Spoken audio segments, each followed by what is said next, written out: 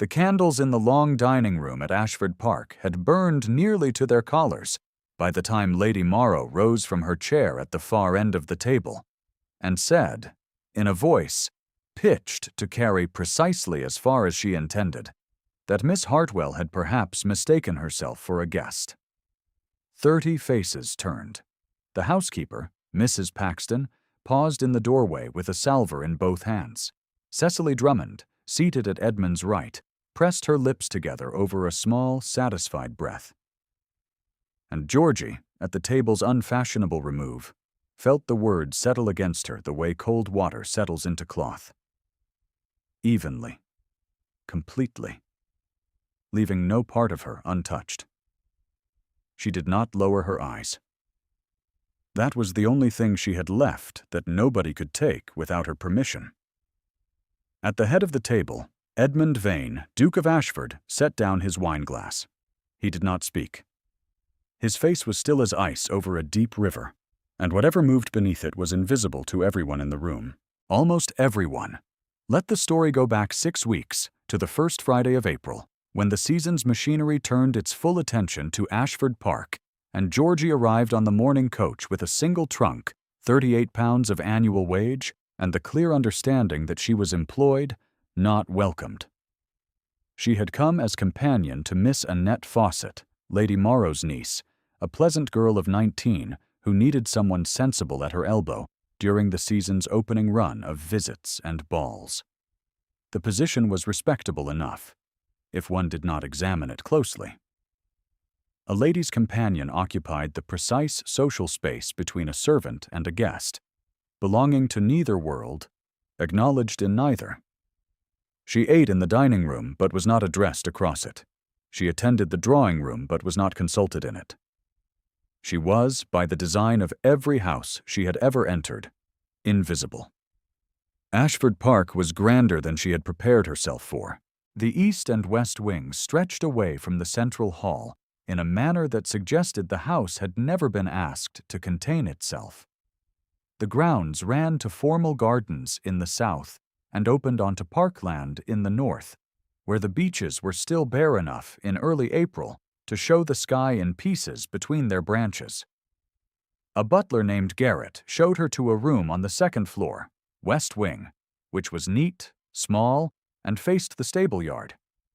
The window latch needed attention. She noted it and said nothing. Mrs. Paxton found her that first afternoon attempting to carry her own trunk up the back stair.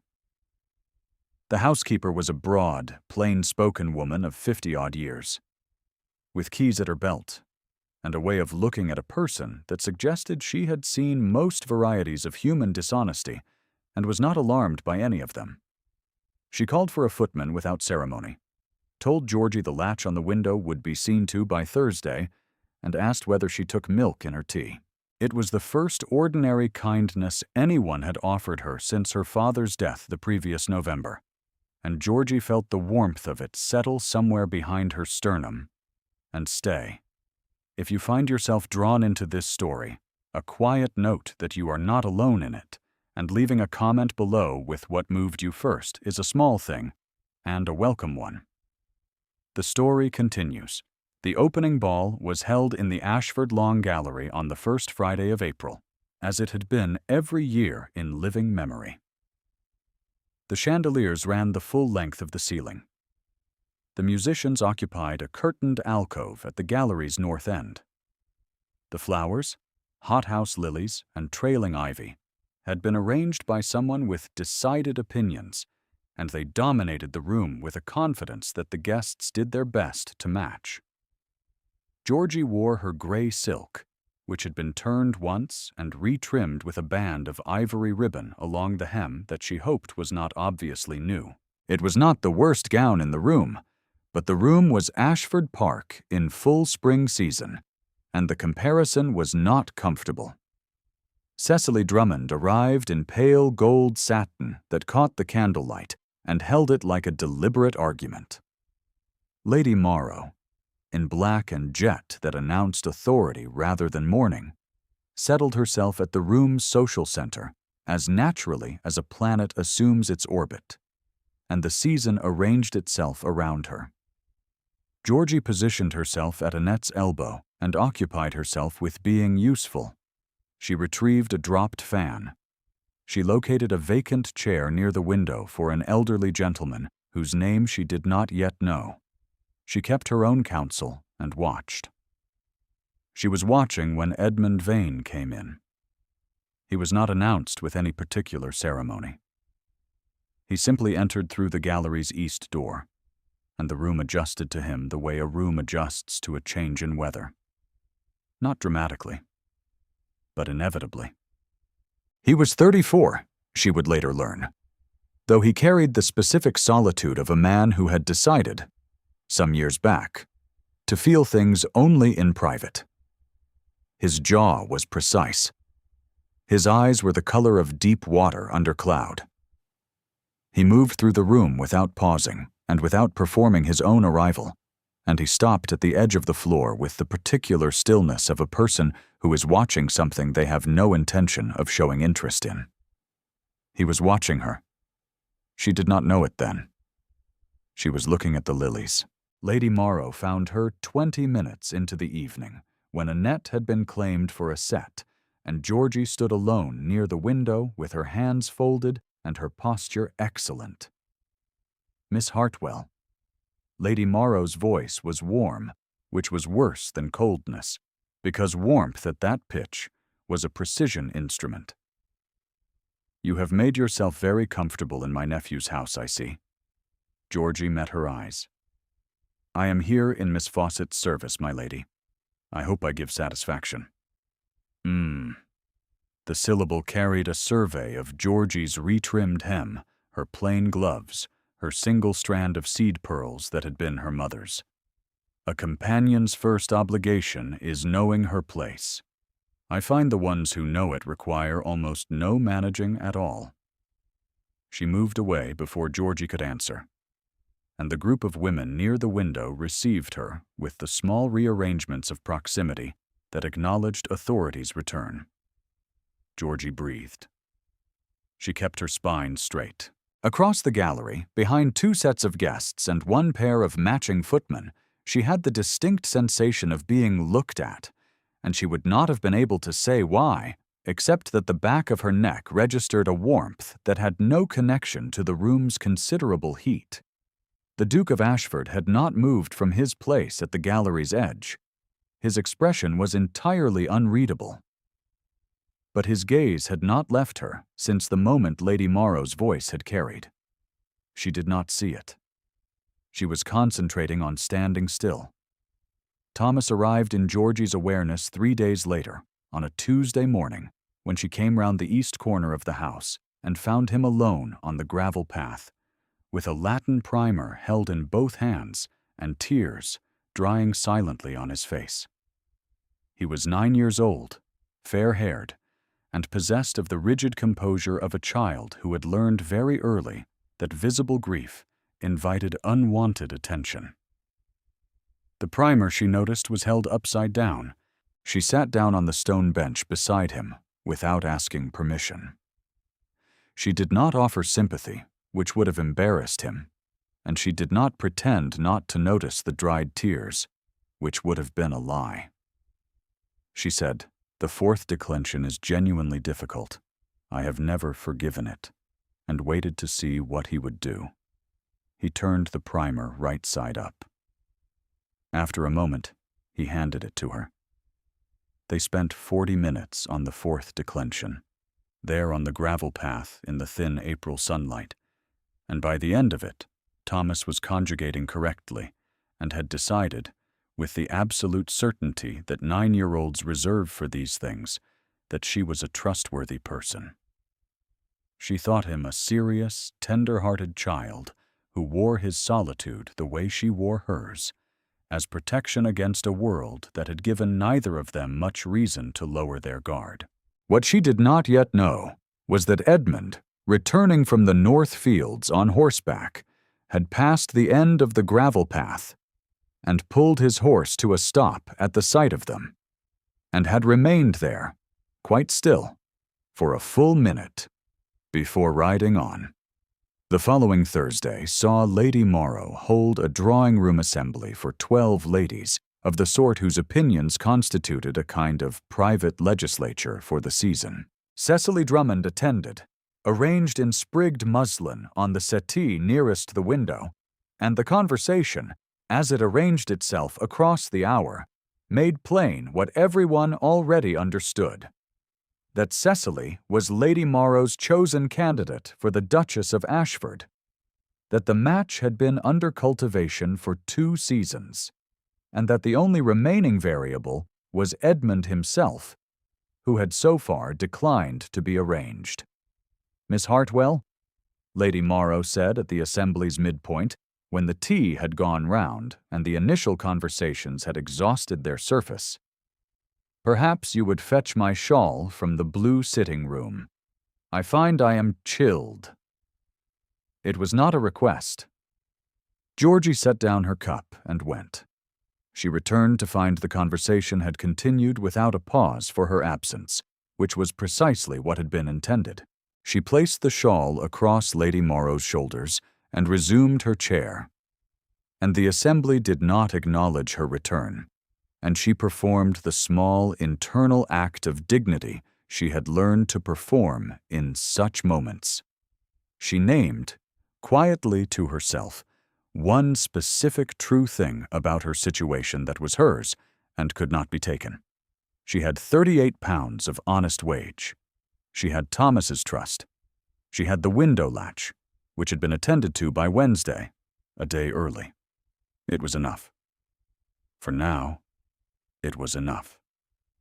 The fever took Thomas on a Wednesday night in the last week of April.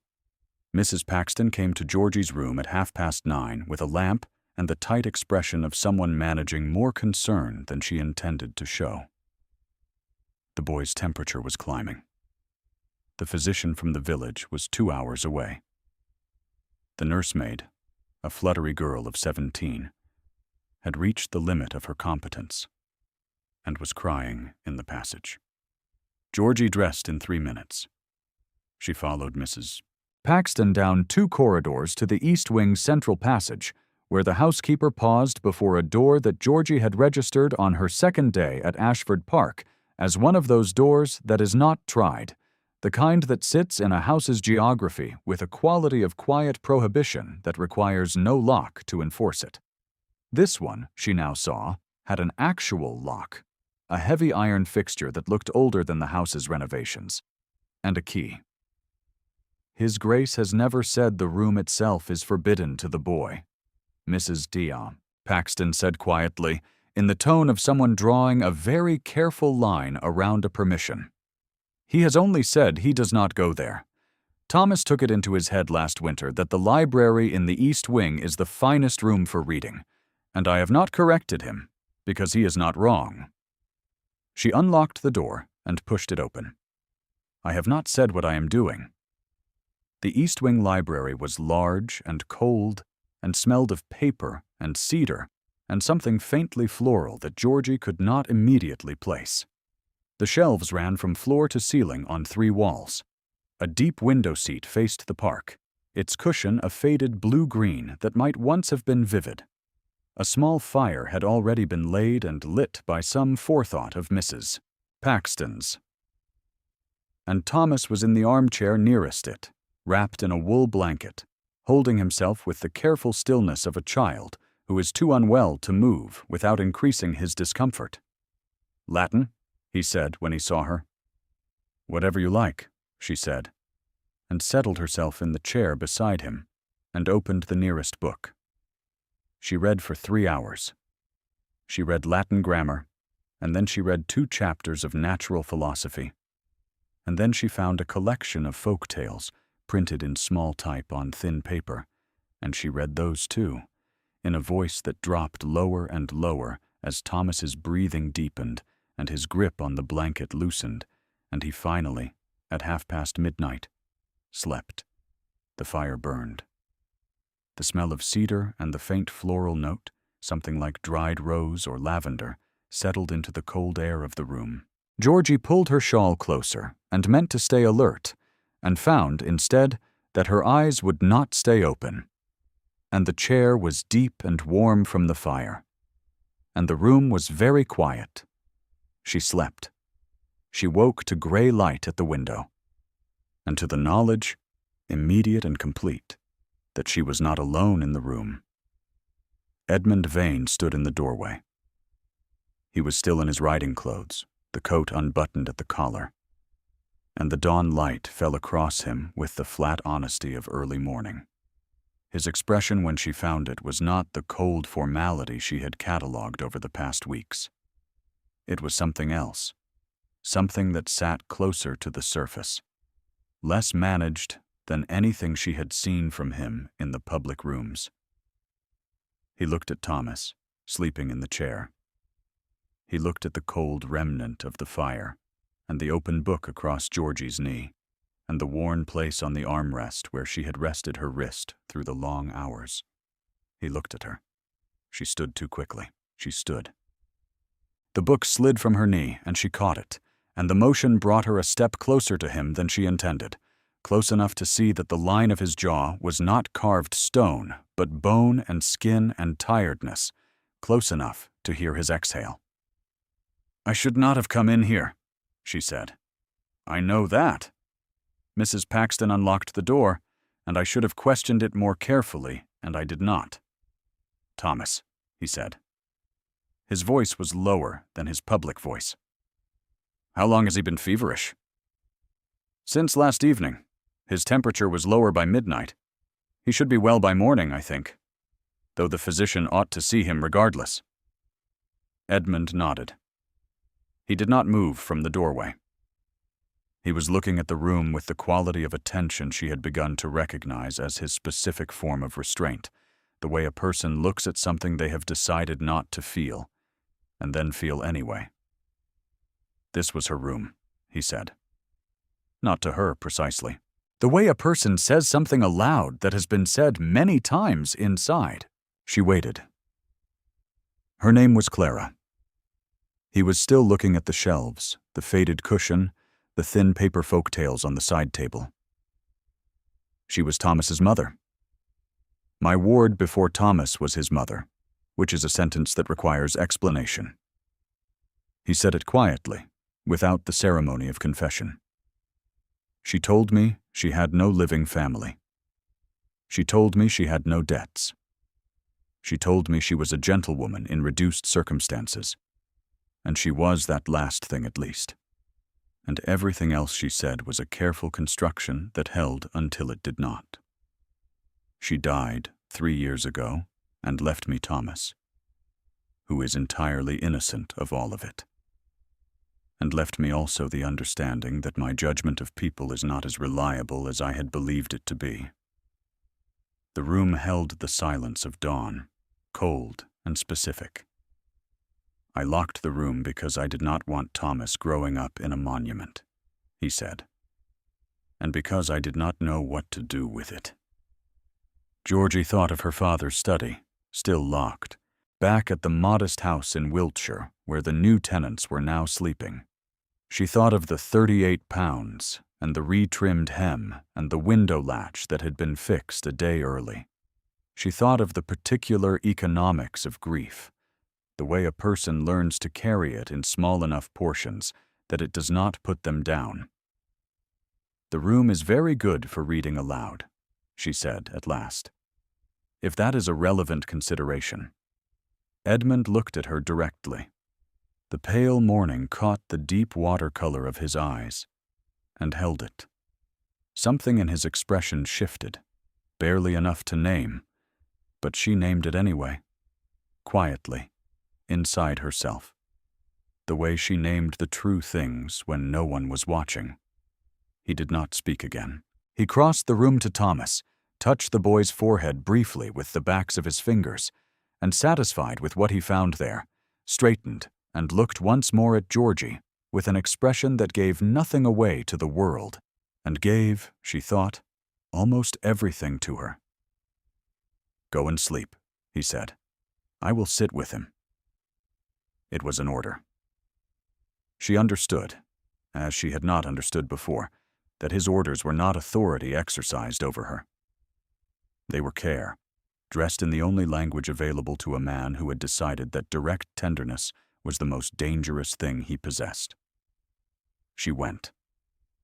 The story had reached its quiet pause, the point where the thing accumulating beneath the surface had not yet broken through, though anyone watching closely could see the pressure of it.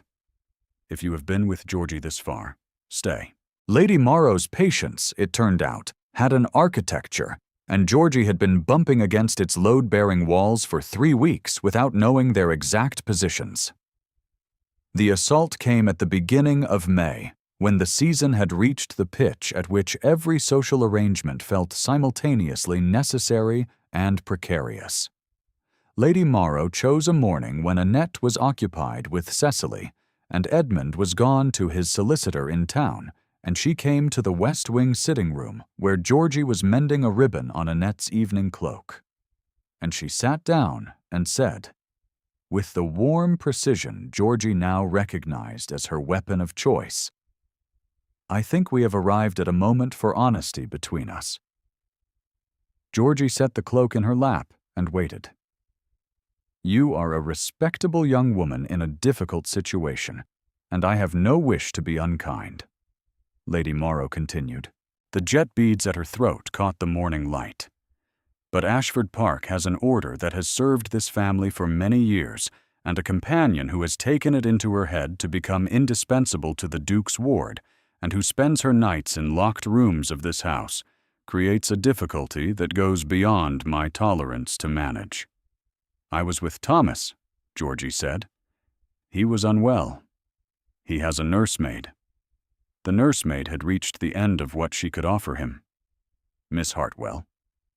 The warmth dropped half a degree. "You are employed here at my recommendation, and you will continue to be employed here only as long as your presence is an asset to Miss Fawcett and not a source of comment in a house that cannot afford comment. Do you understand me?" Georgie understood her entirely. What Lady Morrow was saying, underneath the politeness, was that Georgie's £38 wage, the only thing standing between her and a return to the cramped lodgings in Bath where she had spent the 3 months after her father's death, could be withdrawn with a sentence, and that the sentence was already written. "I understand," Georgie said. She did not say that she agreed. Cecily's positioning happened over the following 2 weeks with the smooth efficiency of a campaign conducted by someone who had been planning it for 2 seasons. She was seated beside Edmund at every meal where it was possible to arrange it. She appeared in the gardens during his morning walk. She was at the piano when he passed through the music room, playing something grave and accomplished that required no acknowledgement but received his polite attention. She wore the pale gold satin twice more, at dinners where Georgie was present in her gray silk, and the contrast was clearly intended as an argument. Georgie watched all of it and held her own counsel, and spent her evenings, when Annette did not need her, with Thomas, who was fully recovered, and had developed the habit of appearing in whatever room Georgie occupied, with the faithful reliability of a small animal that has chosen its person. Edmund watched Thomas do this. He said nothing about it. But 3 times in the first 2 weeks of May, Georgie raised her eyes from a book or a piece of needlework to find Edmund standing somewhere near the room's perimeter, not looking at Thomas, and not quite looking at her, and wearing the expression she had learned to read as the one he wore when the thing beneath the surface pressed close to breaking through. The dinner invitation had been Lady Morrow's design from the start, though Georgie only understood this afterward. 30 guests, the number chosen to produce a room full enough to be a public arena, the invitation list calibrated to include everyone whose opinion would carry weight through the rest of the season. Cecily was there, 3 peers of Edmund's acquaintance, a married couple from the next estate whose approval Lady Morrow valued. Mrs. Paxton in the doorway, as usual, with her salver and her keys, and her plain, honest face. Georgie had been seated at the table's unfashionable end, a placement that announced her status without requiring anyone to say it aloud. She had worn the gray silk again, and the seed pearls, and she had entered with Annette, and taken her seat, and prepared herself for an evening of being decorative in the specific invisible manner that paid her £38 per year. Lady Morrow had waited until the third course. "It is a curious thing," she said in the carrying voice, the precise warm weapon, "to watch a young woman of Miss Hartwell's position navigate a house like Ashford Park as though she belonged to it. There is a confidence in it, I think, that is almost admirable.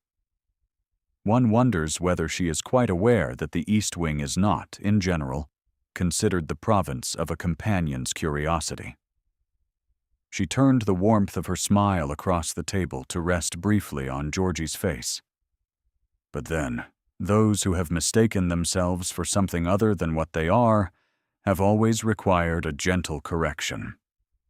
30 faces turned, Mrs. Paxton in the doorway, Cecily's small, satisfied breath, and Georgie at the unfashionable end, feeling the cold water settle into the cloth of her. She did not lower her eyes. She thought of Thomas, asleep in the East Wing library chair, his grip on the blanket finally loosened. She thought of what had been said to her in the locked room at dawn, the careful, honest exchange of two people who had each spent too long carrying their grief in small portions, alone. She thought of what it would mean to defend herself now, to protest, to explain. And she understood that defending herself was not the thing she was prepared to do. She was prepared to do something else. "Thomas was feverish," she said. Her voice was level and not quiet. Everyone at the table could hear it. "I sat with him through the night in the East Wing library because he was 9 years old and frightened, and the nursemaid could not manage it alone. I read to him until he slept. I did not leave, because I did not think it was the right thing to leave. And I would make the same decision again." She paused, one breath. "If that disqualifies me from this position, I accept it. But I will not be corrected for it."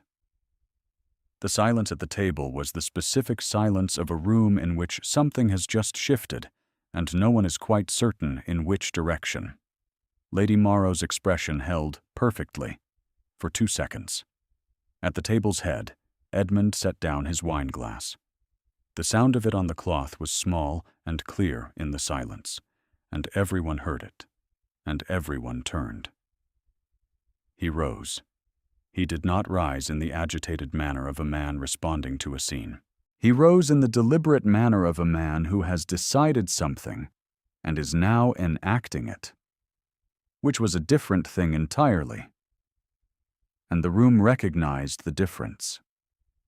He was 6 feet, and then some.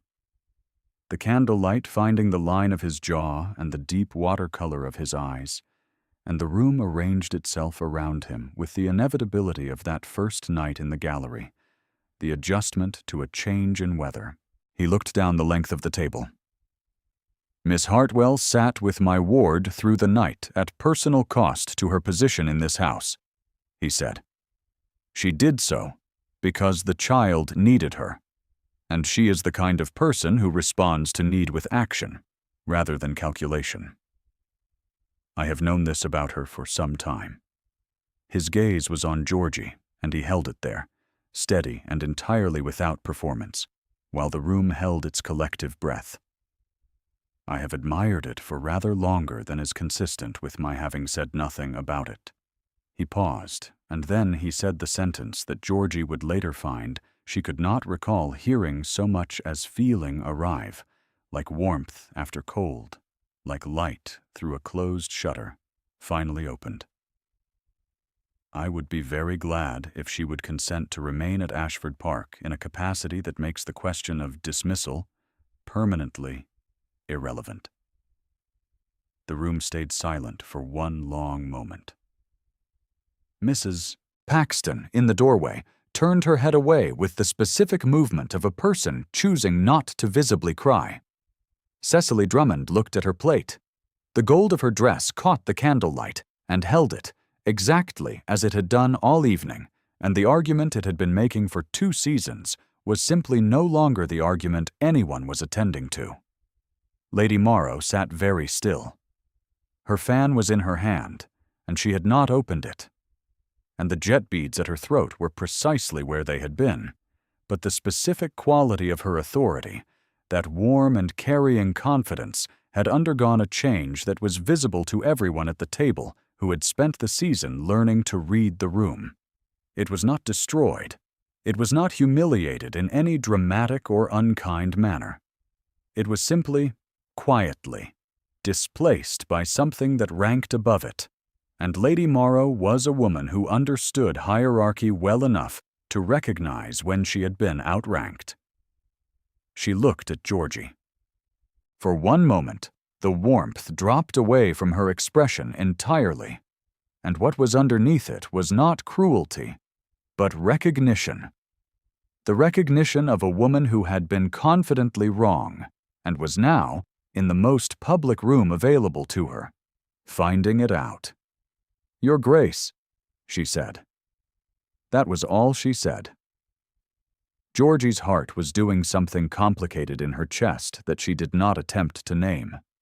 She was aware of the 30 faces, and Mrs. Paxton's averted head, and Thomas asleep in the East Wing Library, 2 corridors away. She was aware of Edmund at the head of the table, who had not looked away from her. She said, "I would consent to that." Her voice was steady. She was glad of it.